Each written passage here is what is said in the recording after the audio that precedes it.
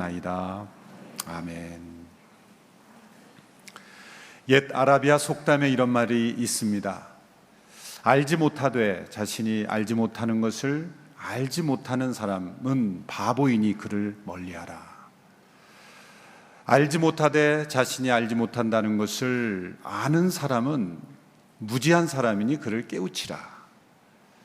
알되 자신이 안다는 것을 알지 못하는 사람은 잠자고 있는 사람이니 그를 깨우라. 알되 자신이 안다는 것을 아는 사람은 지혜로운 사람이니 그를 따르라 라는 속담이 있습니다. 요한일서가 기록된 목적은 바로 알되 자신이 안다는 것을 알지 못하는 그 잠자는 사람을 깨우는 것입니다. 그래서 자신이 무엇을 아는지를 알고 자신이 아는 바를 확실히 아는 지혜로운 사람으로 변화시키기 위해서 요한일서가 기록된 것입니다. 그래서 요한일서에는 이 안다라는 단어가 반복해서 많이 등장하죠. 우리가 아는 것은 또 너희가 알거니와 너희가 하나님을 안다고 할 때는 이런 안다라는 단어가 반복되는 것은 그 성도들을 향해서 당신이 아는 바를 진짜 아느냐, 또 그 아는 대로 그 안에 거하느냐, 또 성도 여러분이 아는 것을 진정 무엇을 하는지를 아느냐, 이런 질문을 계속해서 던짐으로써 더 깊은 확신에 거할 수 있도록 우리를 인도하고 있는 것입니다. 성경은 우리에게 확신을 약속하고 있습니다. 우리에게 약속된 천국은 죽고 나서야 아는 천국이 아닙니다. 오늘 죽어도 천국 갈 수 있습니까? 가봐야 알죠. 가봐야 하는 천국을 우리에게 약속하지 않으셨습니다. 내 말을 듣고 또 나 보내신 이를 믿는 자는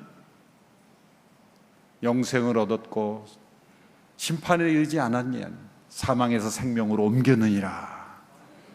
이것은 확신에 속한 것입니다. 비행기를 탈 때 공항에서 게이트 앞에 앉아 있으면 두 종류의 사람들이 있습니다. 한 종류의 사람들은 그 티켓의 좌석표를 받아서 편안하게 이제 앉아 있는 사람이 있고요.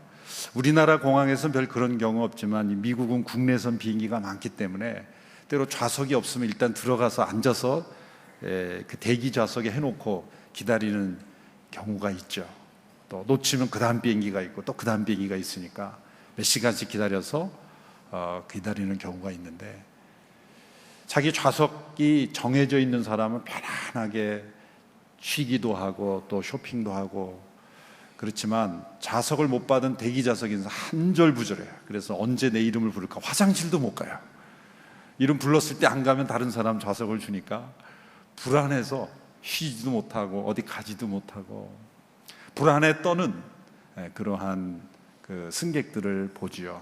우리 믿음의 생활이 확신을 가진 삶과 또 확신이 없는 삶은 이처럼 다른 것이죠. 요한일서를 통해서 우리에게 주시고자 하는 것은 바로 이 확신입니다. 특별히 요한일서 5장에 이르러서 세 가지 확신을 차례로 우리에게 말씀해 주고 있습니다. 그것이 오늘 본문에 나오는 승리의 확신이고, 두 번째는 다음 주에 살펴보게 될 구원의 확신이고, 세 번째 마지막에 나오는 이 기도 응답의 확신입니다. 이 세 가지의 확신은 서로 연결되어 있는 것이죠. 이 밖에도 사제의 확신, 인도하심의 확신, 여러 확신들이 있지만 특별히 이 세 가지 확신이 어떻게 우리의 믿음 생활에 연결되어 있는가를 우리가 함께 살펴보고 그것을 확신하는 그런 시간들이 될 수 있게 되기를 바랍니다. 오늘 본문이 말씀해 주는 우리의 약속된 확신은 승리의 확신입니다. 오늘 본문 4절 5절의 말씀을 먼저 읽도록 하겠습니다. 시작. 하나님에게서 난 사람은 누구나 세상을 이깁니다. 세상을 이긴 이김은 이것이니 바로 우리의 믿음입니다. 세상을 이긴 사람이 누구입니까? 예수께서 하나님의 아들이심을 믿는 사람이 아닙니까? 예수께서 하나님의 아들이심을 믿는 사람은 누구나 세상을 이긴다라고 말씀하고 있습니다. 이 말씀을 이해하기 위해서는 이 세상을 이기는 승리를 논하기 전에 먼저 예수님을 믿는다는 것이 무슨 의미인지, 예수님이 하나님의 아들이심을 믿는다는 것이 어떤 것인지를 이해해야 합니다. 그리스도인이란 누구입니까? 그리스도인이란 어떤 특정한 교리에 동의하는 정도의 사람이 아닙니다. 모든 교리에 다 동의하고도 그리스도인이 아닐 수 있습니다. 야고보서에 보면 이런 말씀이 있습니다. 내가 하나님께서 한 분이심을 믿느냐? 잘하는도다. 귀신들도 믿고 떠느니라. 귀신도 예수님이 하나님의 아들이심을 알고 귀신도 알아요. 예수님이 하나님의 아들이심을 단지 머리로 아는 것이 중요하지 않다. 어떤 교리에 동의한다고 해서 그것이 그리스도인이냐, 그렇게 말할 수는 없다. 정기적인 예배에 열심히 참여한다고 해서 그리스도인인가? 매주 한 번도 빠지지 않고 예배 출석하면서도 그리스도인이 아닐 수도 있어요. 좀 무서운 말씀이지만, 착하게 살면 그리스도인이냐? 물론 그리스도인은 더 착하게 살아야죠. 그러나 착하다고 해서 또 그리스도인이 아닌 것입니다. 그리스도인이란 누구입니까? 예수께서 그리스도이심을 믿고 거기에 또 하나 더 중요한 말씀이 오늘 첨부되어 있습니다. 하나님에게서 난 사람입니다. 하나님으로 인해 태어난 사람입니다. 하나님께서 다시 거듭나게 한 사람이다 라는 표현입니다. 오늘 보면 요한일서 5장 1절 전반부에 보면 이렇게 되어 있습니다. 누구든지 예수가 그리스도이심을 믿는 사람은 하나님에게서 난 사람입니다. 5장 4절, 하나님에게서 난 사람은 누구나 세상을 이깁니다. 세상을 이기면 이것이니 곧 우리의 믿음입니다. 예수님을 믿는 사람을 표현할 때 오늘 본문에서 반복되는 표현은 하나님에게서 난 사람이다. 하나님께서 낳으신 사람, 하나님께로부터 태어난 사람, 다시 태어난 사람이라는 뜻입니다. 예수님이 하나님의 아들이심을 믿는 것과 동시에 일어나는 체험이 바로 하나님에게서 태어나는 거예요. 예수님을 우리가 믿는 것이 먼저인가, 아니면 하나님께서 나는 것이 먼저인가? 신학자들이 아주 열띤 논쟁을 하죠. 우리가 예수님을 믿기로 결심함으로써 태어나게 되는 것인가, 아니면 하나님께서 먼저 우리를 택해서 우리를 태어나게 하셨기 때문에 믿게 되는 것인가? 이런 문제이죠. 역사적으로 많은 신학자들이 논쟁을 합니다. 그러나 분명한 것은 이 둘은 서로 모순되는 것이 아니라는 거죠. 여러분, DNA, 우리 인간의 DNA를 보면 두 개의 그 선이 이렇게 서로 나선형 구조로 되면서 서로 하나를 이루어 가는 것처럼 인간의 믿음과 하나님의 성령의 역사는 서로 맞물려 있는 것입니다. 뗄 수가 없는 것이죠. 물에 빠진 사람에게 밧줄을 던져주는 사람이 있어야 그 사람이 살아나는 것임과 동시에 그 던져진 밧줄을 내가 붙잡아야 내가 살 수 있는 것과 마찬가지죠. 어느 것이 먼저고 어느 것이 더 중요할 때는 절대적으로 밧줄을 던져주는 분이 있어야죠. 그런 의미에서 하나님께서 거듭나게 하시지 않으면 우리는 우리의 믿음조차 가질 수 없는 자인 것입니다. 그러나 하나님께서 다 하시기 때문에 우리의 믿음은 아무 필요가 없다라고 하면 믿는 자마다 구원을 얻게 하시는, 우리가 믿어야 하는 책임이 없는 존재가 되어버리는 것이죠. 이 둘은 뗄 수 없는 것입니다. 오늘 본문 1절에 보면 이 믿는다라는 단어가 나오는데 이 동사는 현재 시제입니다. 그런데 1절 중간에 하나님에게서 났다라고 할 때의 시제를 보면 완료 시제예요. 이것을 보면은 하나님께서 다시 태어나게 하신 사건으로 우리가 믿게 되었다라는 설명을 더 강조하고 있는 것입니다. 현재 내가 예수 그리스도가 하나님의 아들이심을 믿었다면 그 믿음조차도 하나님의 선물이고 내 안에 하나님께서 다시 태어나게 하신 새 생명이 있기 때문에 우리가 믿게 되었다라고 설명할 수 있는 거예요. 동사의 시제를 통해서 그것을 요한이 분명하게 우리에게 설명해 주고 있습니다. 그런데 중요한 것은, 그렇다고 한다면 하나님께서 다시 태어나게 하는 사람을 믿게 되기 때문에 우리가 그리스도의 말씀을 전하고 사람들에게 믿음의 결단을 촉구하는 요청을 할 필요가 없다라고 하는 것은 아니라는 거죠.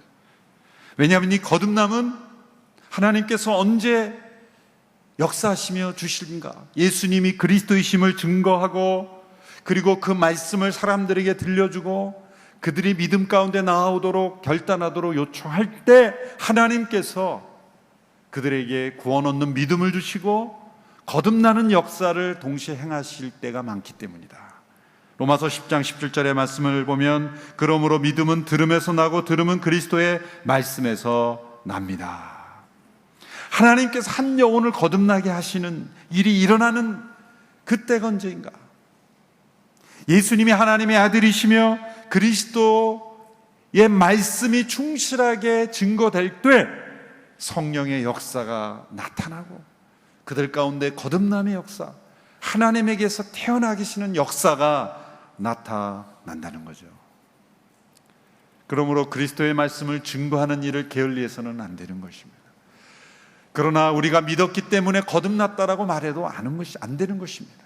하나님께서 다시 태어나게 하셨으므로 믿게 된 것이며 동시에 우리가 그리스도의 말씀을 증거함으로 그들에게 말씀을 들려줌으로 그들이 믿을 때 또한 거듭남의 역사가 일어나는 것이기 때문입니다. 이 둘을 분리해서는 안 되는 것이죠.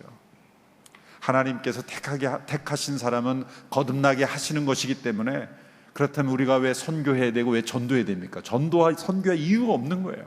그래서 극단적인 칼빈의 예정주의에 빠진 사람들은 전도하지 않아요. 왜? 내가 전도하지 않아도 하나님께서 거듭나게 하시기로 작정한 사람은 다 거듭날 것인데 내가 아무리 전해도 하나님께서 거듭나게 하시지 않으면 거듭나지 않을 건데 이렇게 모든 것을 하나님 편에만 돌리게 되면 우리가 전도해야 될 이유가 없는 거예요. 왜 그리스도의 말씀을 증거하라 그랬습니까? 하나님께서 그 전해지는 말씀을 통해서 거듭나게 하시는 역사를 이루시기 때문이에요. 그 말씀에 들려주게 하심으로써 하나님은 새 생명의 탄생을 이루시기 때문이에요. 요한복음 1장 12절 13절에 그분을 영접한 사람들과 그분에 있는 믿는 사람들이 하나님의 자녀가 될 권세를 주셨습니다. 이 사람들이 하나님의 자녀로 태어난 것은 혈통이나 육정이나 사람의 뜻으로 된 것이 아니라 하나님의 뜻으로 된 것입니다. 그러면 그리스도인은 누구인가? 예수께서 하나님의 아들이심을 믿고 거듭난, 성령으로 거듭난 사람인 것입니다. 우리가 육체적으로 출생할 때 우리는 이 세상에 속한 인생으로 태어난 것입니다. 이 세상에 속하지 않은 인생으로 태어날 수가 없는 거죠. 육체를 가진 존재로 태어났으면 우리는 배고픔에 욕구를 느끼게 되는 것이고, 눈을 가졌기에 보는 것에 이끌리게 되는 것이고, 귀를 가졌기에 들리는 것에 영향을 받게 되는 거예요. 육적인 출생을 통해 우리는 이 세상에 속한 인생으로 우리는 살아갈 수밖에 없는 제한을 받는 거예요. 세상 속의 인간으로 그 시대의 역사 속에 우리는 파묻혀 살 수밖에 없는 것입니다. 그러나 우리가 성령으로 거듭난 하나님에게서 난 사람은 이 세상에 살지만 이 세상에 속하지 않은 인생으로 살 수 있는 새로운 생명의 시작을 하게 된다는 거예요. 그러므로 세상을 이기는 믿음의 삶은 첫 출발이 하나님에게서 나야 하는 것입니다. 다시 태어나야 해야 되는 것입니다. 예수님께서 니고데모에게 말씀한 것처럼 거듭나지 아니하면 하나님 나라를 볼 수 없다. 거듭나는 것, 여러분이 내 안에 이 거듭남의 체험이 있는지, 거듭남의 그 경험과 그 새 생명이 내 안에 있는지를 확인해 봐야 되는 거예요. 이것은 내가 무엇인가를 많은 것을 해서 얻는 것은 아닙니다. 그러므로 자책할 필요도 없어요. 이제 이후로 내가 진정 거듭났는가를 확인할 수 있는 그런 몇 주간이 되겠는데, 내 안에 이런 영적 새 생명, 거듭남의 그러한 체험, 이것이 세상을 이기는 믿음의 첫 여기서 출발입니다. 당신은 거듭나셨습니까? 라는 질문을 던지면 불안해하는 분들이 있어요. 거듭나셨습니까? 그러면 제가 예전에 어떤 목사님이랑 성경 공부를 했고, 제가 30년 신앙생활 했고, 막 이렇게 설명을 하는 것은 좀 불안하다는 거예요. 예, 그러면 되는 거예요. 당신 결혼하셨습니까? 그러면은, 글쎄 제가 결혼했는지 안 했는지는 잘 모르겠지만, 그건 벌써 안 한 거죠. 그렇죠? 했으면 했다, 아니면 아니다지. 글쎄 제가 결혼했는지 안 했는지, 제가 많은 사람은 사귀었지만 뭐 이런 얘기는 안 되는 거예요. 그만큼 분명한 체험이요, 확실한 것이요, 경험할 수 있는 그런 새 생명의 역사. 그러나 이것이 어느 한순간에 내가 간절히 원하지 않았지만 나에게 먼저 찾아오는 성도도 있고, 그러나 간절히 원했지만 한참 후에 나에게 이 체험이 찾아오는 경우도 있습니다. 그러나 이것은 내가 신앙생활을 오래 한 후에 마지막에 도달하는 지점이 아니라 내 안에 하나님의 성령의 역사로 태어나는 것입니다. 갓난아기가 태어나듯이 우리 안에 영적인 새 생명이 태어나는 거예요. 그런데 그 태어남은 예수께서 그리스도이심을 믿을 때, 예수께서 하나님의 아들이심을 확실히 인정하고 받아들일 때 나에게 이 체험이 주어지는 거예요. 이 새 생명 역사가 시작이 되는 거예요. 존 스토트 목사님은 ABCD 알파벳을 통해서 이 그리스도인됨의 그 설명했죠. A는 인정하다, 어드밋, 받아들이다. 내가 죄인임을 인정하고 죽을 수밖에 없는 죄인임을 인정하고 예수님의 하나님의 되심을 인정하는 거예요. B는 believe, 그냥 믿는 거죠. C는 commit, 의탁하고 신뢰하는 거죠. D는 do, 그대로 행하는 것. 이것이 어디 거듭남의 영혼에 나타나는 그러한 영적 체험인 것입니다. 여러분, 출생한다는 것은, 한 생명이 태어난다는 것은 홀로 세상에 존재하는 그러한 존재는 없죠. 부모가 있는 것입니다. 한 생명이 존재하면 그는 그를 태어나게 한 부모의 DNA, 그리고 부모의 형질, 부모의 때로는 성품까지도 담고 태어나는 것입니다. 태어난다는 것은 공동체 안에 태어난다는 것입니다. 하나님께로부터 난다는 것은 하나님의 가족의 일원으로 태어난다는 것입니다. 그리스도의 몸의 지체로 태어난다는 것이죠. 그러므로 하나님에게서 난 사람은 하나님의 DNA를 받고 있는 거예요. 하나님의 생명의 DNA를 갖고 태어나는 것입니다.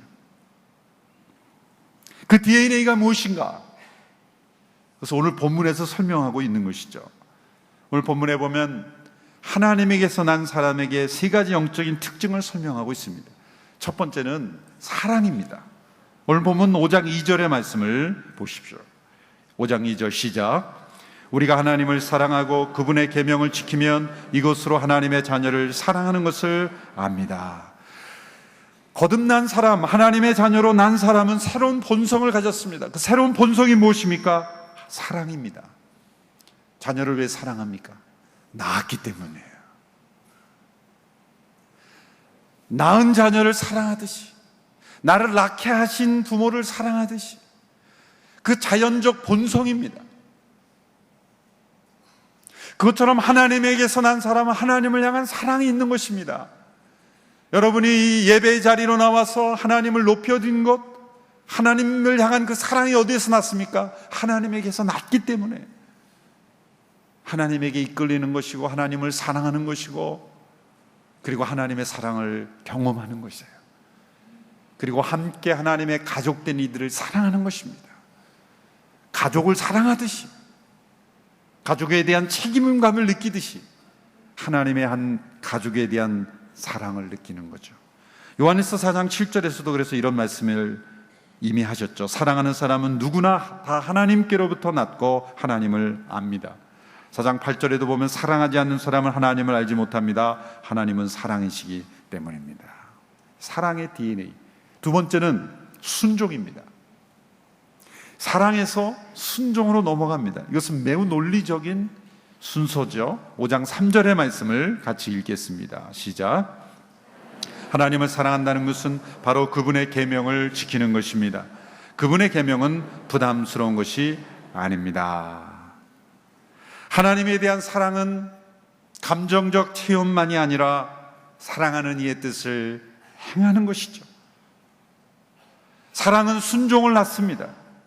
사랑하면 순종은 부담이 아니라 기쁨인 것입니다.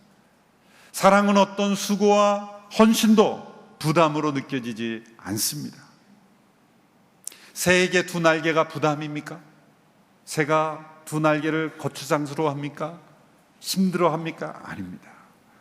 새가 날개하는 그 힘이 날개에 있듯이 진정한 사랑이 사랑되게 하는 것은 순종에 있다는 거죠. 예수님께서 요한복음 14장 21절에 이렇게 말씀하셨죠. 누구든지 내 계명을 가지고 지키는 사람은 나를 사랑하는 사람이다. 내 계명을 가지고 지키는 자라야 나를 사랑하는 자니. 나를 사랑하는 자는 내 아버지의 사랑을 받을 것이요 나도 그를 사랑하여 그에게 나를 나타낼 것이다 말씀하셨습니다. 첫 번째, 하나님에게서 난 사람의 영적 DNA는 사랑. 그 사랑은 순종으로 나타나는 거예요. 더 나아가 세 번째 DNA가 바로 승리입니다.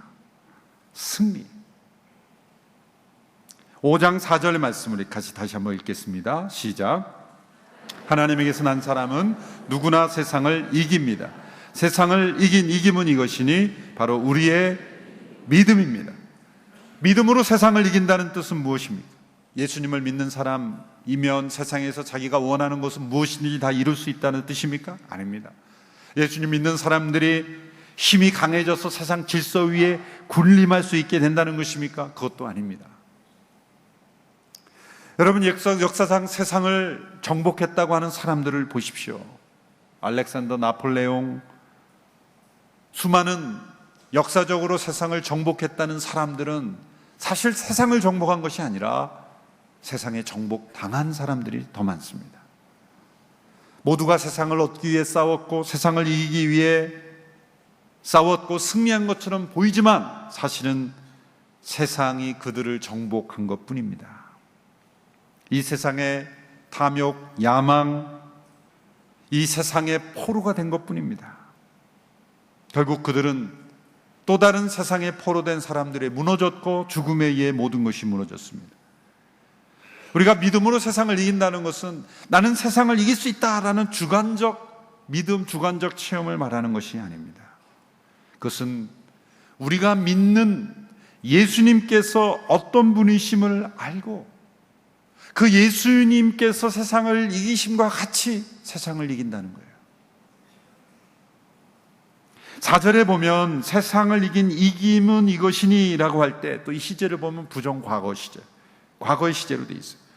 5절에서 세상을 이긴 사람이라고 할 때 그 이김은 현재의 시제예요. 왜 시제를 구분했을까요? 세상을 이긴 이김은 이것이니 라고 할 때 이김은 예수 그리스도의 승리를 가리키는 거죠. 곧 우리의 믿음이라고 할 때 5절에서 세상을 이긴 사람, 이겼다고 할 때 우리가 매일매일 이겨갈 수 있다는 거예요. 그러니까 4절, 5절을 함께 연결시키면 어떻게 됩니까? 과거에 예수께서 이루신 승리가 현재에도 우리의 삶 속에 계속해서 이루어지는 승리가 될 수 있다는 거예요. 요한복음 16장 33절에서 예수님께서 이렇게 선언하셨습니다. 같이 읽어보겠습니다. 시작. 내가 너희에게 이런 것들을 말하는 것은 너희가 내 안에서 평안을 누리게 하려는 것이다. 너희가 이 세상에서는 고난을 당할 것이다. 그러나 담대하라. 내가 세상을 이미 이겼다. 내가 세상을 이기었노라 라고 예수님이 승리를 선언하셨습니다.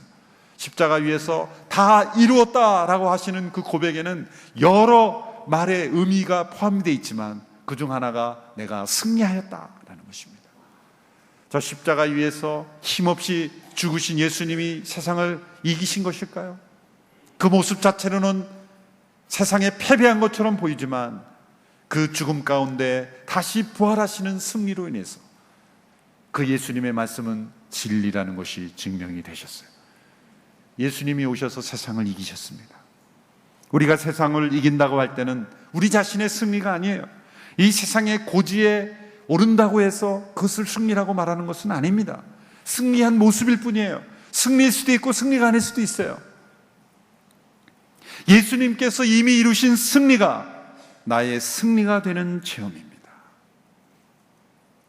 예수님께서 내가 세상을 이미 이겼다라고 하는 그 승리가 나의 승리가 되기를 원합니다. 그것이 우리에게 약속된 승리라는 거예요. 우리가 이루어야 할 승리 이전에 이것이 약속된 승리다. 그것을 내가 얼마나 체험하는가는 우리 믿음에 달려있다. 그 믿음의 본질은 무엇인가? 예수님이 그리스도이심을 날마다 고백하고 인정하고 받아들이고 의탁하고 그대로 행할 때 그 믿음의 역사가 나타나는, 예수님이 내 안에 사시도록 내어드리는 믿음, 그 믿음으로 우리는 이 승리를 경험할 수 있다는 거죠. 국가대표가 우리나라를 대표해서 그 몇 명의 선수들이 나가서 경기를 하죠. 국가대표가 이기면 우리 모두가 다 이겼다라고 환호를 해요. 내가 가서 경기한 게 아니잖아요. 그런데 왜 이겼다고 말하죠? 우리는 한 나라 한 민족으로 연결되어 있기 때문에. 예수님의 십자가의 승리가 왜 나의 승리가 되죠? 그것은 예수님과 내가 연결되어 있기 때문이에요. 새로운 출생을 통해 예수께서 그리스도이심을 고백하는 사람들은 하나님의 한 가족으로 연결되어 있기 때문에 예수님의 승리가 곧 나의 승리가 되는 거예요. 국가대표가 이긴 게 우리나라 전체의 승리가 되듯이 예수님의 승리는 곧 나의 승리다. 그 예수님과 우리를 연결하는 것이 믿음이라는 거죠. 우리가 예수님을 믿고 의탁하고 그분 안에 거하고 그분의 말씀대로 행할 때 우리는 그분의 승리를 경험할 수 있게 되는 거예요. 승리를 말하기 전에 사도 요한은 두 가지를 먼저 말했죠. 하나님에게서 난 사람은 하나님을 사랑한다. 그리고 그 계명에 순종한다. 이 두 가지가 사실 승리의 비결인 것입니다. 하나님을 사랑하고 그분의 계명에 순종할 때 우리는 세상을 이기는 거예요. 사랑과 순종 없이 세상을 이길 수가 없는 겁니다. 그래서 사랑과 순종과 승리는 영적인 논리로 연결되어 있는 것입니다. 하나님을 사랑하는 자는 세상을 이길 수 있게 돼요. 하나님의 말씀에 순종하는 사람은 반드시 세상에 승리하게 된다는 것입니다. 구체적으로 설명하면 믿음으로 세상을 이긴다는 건 무엇입니까? 하나님의 말씀에 하나님을 사랑하기에 그분의 말씀에 순종해서 내 안에 있는 모든 세상적인 요소들을 내려놓는 거예요. 버리는 겁니다. 그게 승리입니다. 야곱이 야복강에서 홀로 남았죠. 가족들과 소유물들을 다 건네고 홀로 남아서 어떤 사람의 공격을 받고 서로 싸울 때 환도뼈가 위골됐죠. 위골됐을 때 그 하나님의 사람을 붙잡고 축복을 간구했죠. 그때 그 사람이 이름을 바꿔주죠. 내 이름을 이스라엘이라 하라. 이스라엘은 무슨 뜻입니까? 내가 하나님과 사람으로 겨루어 이겼다. 네가 승리했다. 이상하지 않습니까? 사정하고 매달리는 사람이 진 사람입니까? 이긴 사람입니까? 환도뼈가 위골된 사람이 이긴 사람입니까? 진 사람입니까? 아무리 봐도 그건 진 사람이에요. 그런데 왜 이겼다라고 말씀하는 걸까요? 환도뼈가 위골될 때 야곱 안에 있는 그 무엇이 깨졌기 때문이에요. 그가 뭔가를 내려놨기 때문이에요. 그가 지금까지 가지고 있던 집착, 그것이 물질에 대한 집착이든 장자권에 대한 집착이든 자신의 생명에 대한 집착이든, 그가 왜 모든 가족들을 다 건네놓고 혼자 남았습니까? 처음부터 우리는 너무 순진하게 사실 해석해 왔어요. 야곱이 기도하기 위해서 남았다. 너무 순진하게 읽어왔어요. 사실 왜 홀로 남았을까요? 사실 그것은 앞에서 무슨 일이 생기면 자기만은 살아남으려고 그런 거죠. 환도뼈가 위골된 순간 그는 나는 더 이상 도망 못 간다라는 것, 그것부터 생각났을 거예요. 왜 환도뼈를 위골시켰을까요? 치시려면 그냥 목을 치시지. 그것은 더 이상 걷지도 못하게, 도망가지 못하게. 그가 마지막으로 믿었던 건 자기의 두 다리였을 거예요. 에서 형이 자기를 치면 자신은 도망갈 수 있다. 자신의 마지막 보루, 자신이 믿고 있던 마지막 계획을 하나님이 깨트렸을 때 그는 모든 것을 다 내려놓게 된 거예요. 그럴 때 그는 자유하게 됐어요. 그는 진짜 하나님을 의지할 수 있게 됐어요. 그가 자기의 집착을 내려놨을 때 하나님은 너는 이제 승리했다. 여러분, 하나님 앞에서 그 뜻에 우리가 굴복하고 순종하고 내려놓는 것이 우리의 승리라는 거예요. 세상을 이기는 승리는 바로 내 안에 있는 세상적인 육신의 정욕, 안목의 정욕, 이생의 자랑이 깨어질 때 우리는 영적으로 승리하게 되는 것입니다. 몇 개월 전에 미국의 프린스턴 신학교의 크랙 반슬 총장님이 오셔서 식사할 때 그런 질문을 저에게 하시더라고요. 온누리교회를 목회하면서 가장 큰 도전은 뭐냐? 가장 힘든 게 뭐냐? 순간 제가 이렇게 대답했어요. It's me. 가장 힘들게 하는 게 저입니다, 저. 제 안에 있는 세상이 저를 힘들게 하지 누가 힘들게 하는 게 아닌 것 같아요. 가장 큰 도전은 바로 제 자신입니다. 그랬더니 한참 동안 쳐다보시더라고요, 저를.